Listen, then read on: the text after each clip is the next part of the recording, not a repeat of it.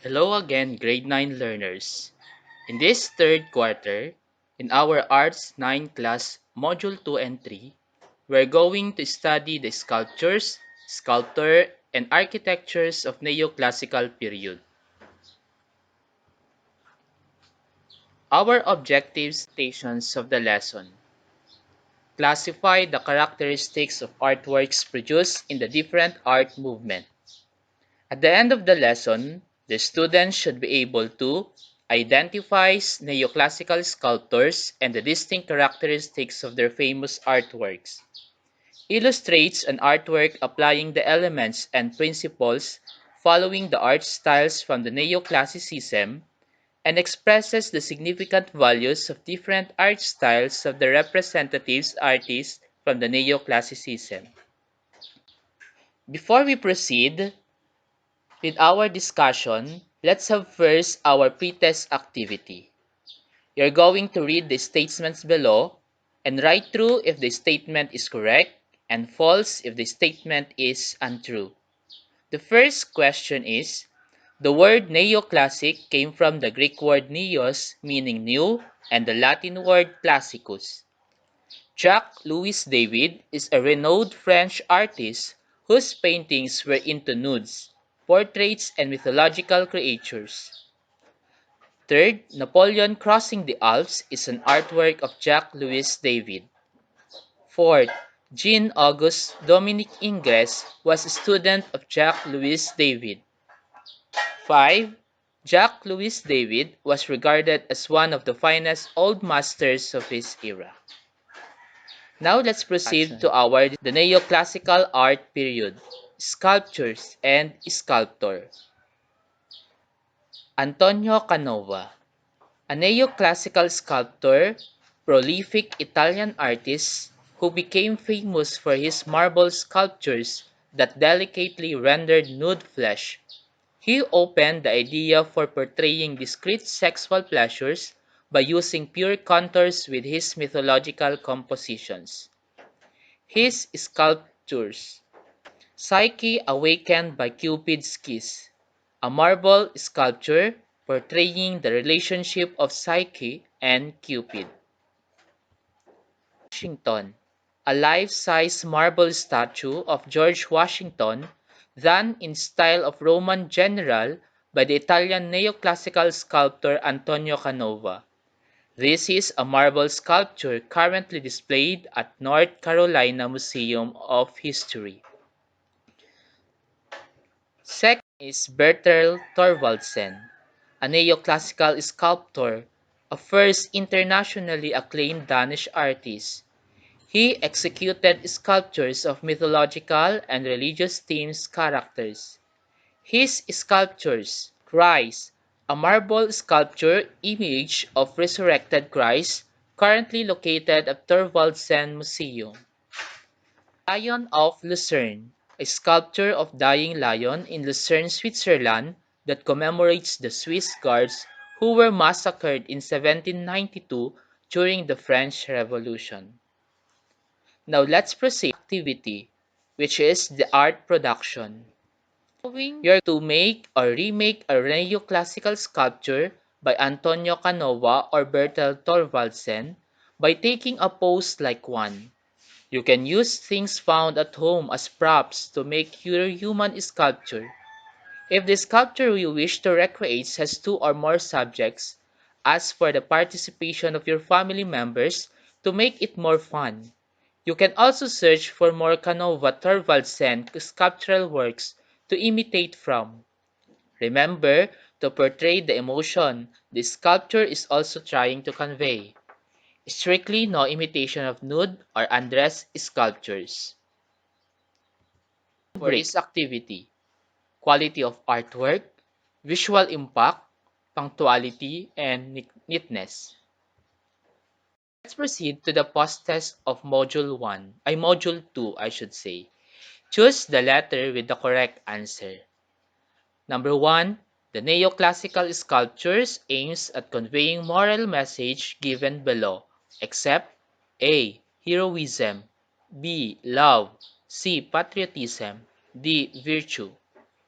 Second, He was the first internationally acclaimed Danish artist who executed sculptures of mythological and religious-themed characters.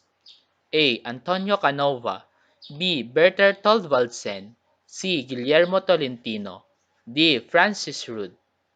Third, the subjects of the neoclassical sculptures are stated below, except A. Contemporary personage, B. Heroes of the past, C. Mythological and religious figures, D. Everyday life scenes.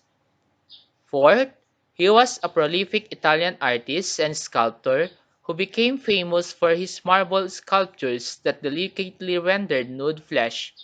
A. Antonio Canova, B. Bertha Thorvaldsen, C. Guillermo Tolentino, D. Francis Rude. They were the inspiration of neoclassical sculptures: A. Ancient Egyptians, B. Prehistoric man, C. Romans, D. Greeks. Now let's proceed to Module 3. What are we going to expect in this module? You're going to classify the characteristics of artworks produced in the different art movements. At the end of the lesson, the student should be able to identify the different types of neoclassical architectures and their feature. Illustrates the characteristics of neoclassical architecture by sketching or drawing, and expresses the significant values of different art styles of architectures and the representative artists from the neoclassicism. Neoclassical architecture. Neoclassical architectural styles started in the mid-18th century, turned away from the grandeur of Rococo style and the late Baroque. In its purest form, neoclassical architecture was style principally derived from the architectural of classical Greece and Rome and the architectural designs of the Italian architect Andrea Palladio. Types of neoclassical architecture: the temple style, Palladian style, and the classical block style. Let's start with the temple style. This style building design was based on the ancient temple. Many temple-style buildings feature a peristyle or a continuous line of columns around a building, a rare feature of Renaissance architecture. Here are some of the most famous temple-style buildings of the neoclassical age. La Madeleine de Paris, British Museum, and Pantheon. Palladian style. Palladian buildings were based on Andrea Palladio's style of villa construction. Some of the buildings feature a balustrade, which is a railing with vertical supports along the edge of the roof. There are vertical supports within a balustrade, known as the balusters or spindles. Palladian style. One of the famous architects in the era was Robert Adam. He was known as the Palladian architect of the Neoclassical, who designed two well-known American civic buildings, the White House and the United States Capitol. He had also designed many country houses. Classical block style. The building features of rectangular or square plan with a flat roof and exterior rich in classical detail. The exterior features a repeated classical pattern or series of arcs and/or columns. The overall impression of such building was a huge, classically decorated rectangular block. Classical block architecture also flourished in the United States, particularly in New York. Famous architects of classical block style. Henry Labrousse. His masterpiece is the Library of Saint Genevieve. Charles Garnier. He designed the most famous classical block of all, which is the Palace Garnier, a neo-Baroque opera house. Let's proceed to the activity. The title of the activity is I, an Architect. Design your very own neoclassical house. You may select from the given examples of door, window, and column designs below. You may use short bond paper from this activity. The rubric: quality of artwork, visual impact, punctuality, and neatness. Proceed now to the pause test for Module 3. Write true if the statement is correct and false if the statement is not true.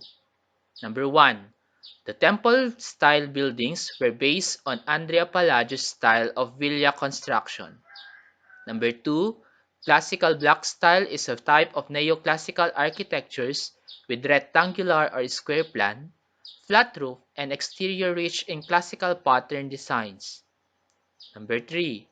Palladian style of building features a balustrade along the edge of a roof. Number 4. The White House and U.S. Capitol are examples of Palladian style buildings. Number 5. The feature of temple style buildings are continuous line of columns around a building. 6. Robert Adam is a famous temple style architect in his time. Charles Garner designed the most famous classical block of all, which is the Palace Garner, a neo-Baroque opera house. 8. In its purest form, neoclassical architecture was style principally derived from the architecture of ancient Egypt and medieval period. 9. The overall impression of Palladian building was huge, classically decorated octagonal and pentagonal block. And 10. Classical block aesthetic was also known as Beaux art style since it was developed principally by the French École des Beaux Arts or the School of Fine Arts. And that's all. Thank you for listening. See you in our next lesson.